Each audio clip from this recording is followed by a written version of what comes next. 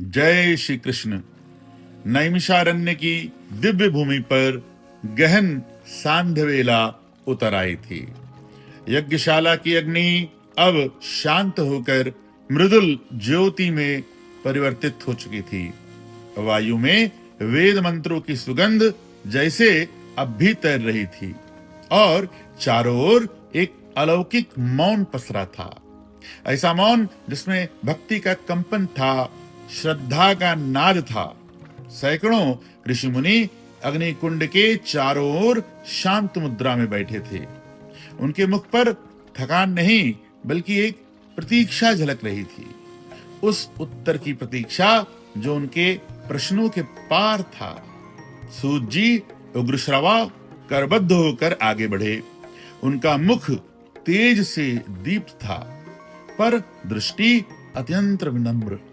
उन्होंने धीरे से कहा, हे मुनियों, आप सब धन्य हैं, क्योंकि आपने जो प्रश्न किए हैं वे केवल अपने लिए नहीं बल्कि संपूर्ण मानवता के कल्याण के लिए हैं। यह कहकर उन्होंने नेत्र मूंद लिए और अग्निकुंड की ओर मुख करके बोले, अब मैं अपने हृदय के अंतर से अपने गुरुदेव भगवान वेद व्यास जी का स्मरण करता हूँ। व्यासदेव जिन्होंने अज्ञान के अंधकार में ज्ञान का दीपक प्रज्वलित किया, जिन्होंने वेदों को विभाजित कर हर युग हर मानव के लिए सहज बनाया, जिनकी कलम से निकले शब्द आज भी धर्म की धारा बनकर बहते हैं। वे केवल एक महर्षि नहीं बल्कि युग युग के मार्गदर्शक हैं। उन्हीं की कृपा से हमें धर्म, भक्ति और मोक्ष का मार्ग प्राप्त हुआ है।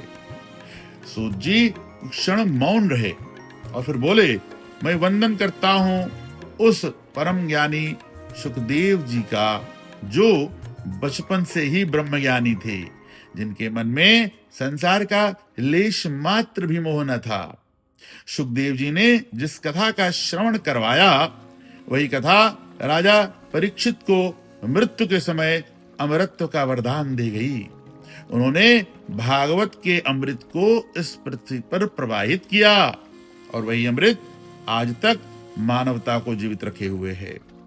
उनकी वाणी कोई शब्द नहीं बल्कि ईश्वर का स्पंदन थी और वही स्पंदन आज हम सबके हृदय में गूंज रहा है। मैं उन दोनों दिव्य आत्माओं को प्रणाम करता हूँ, जिनकी कृपा से यह श्रीमद् भागवत कथा संभव हुई है।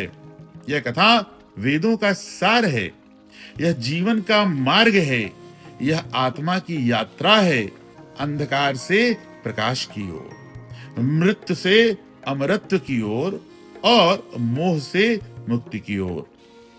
जो भी श्रद्धा से इसे सुनता है वह अपने भीतर ईश्वर का तेज अनुभव करता है। भक्ति, श्रवण और स्मरण ही कलयुग के परम साधन हैं।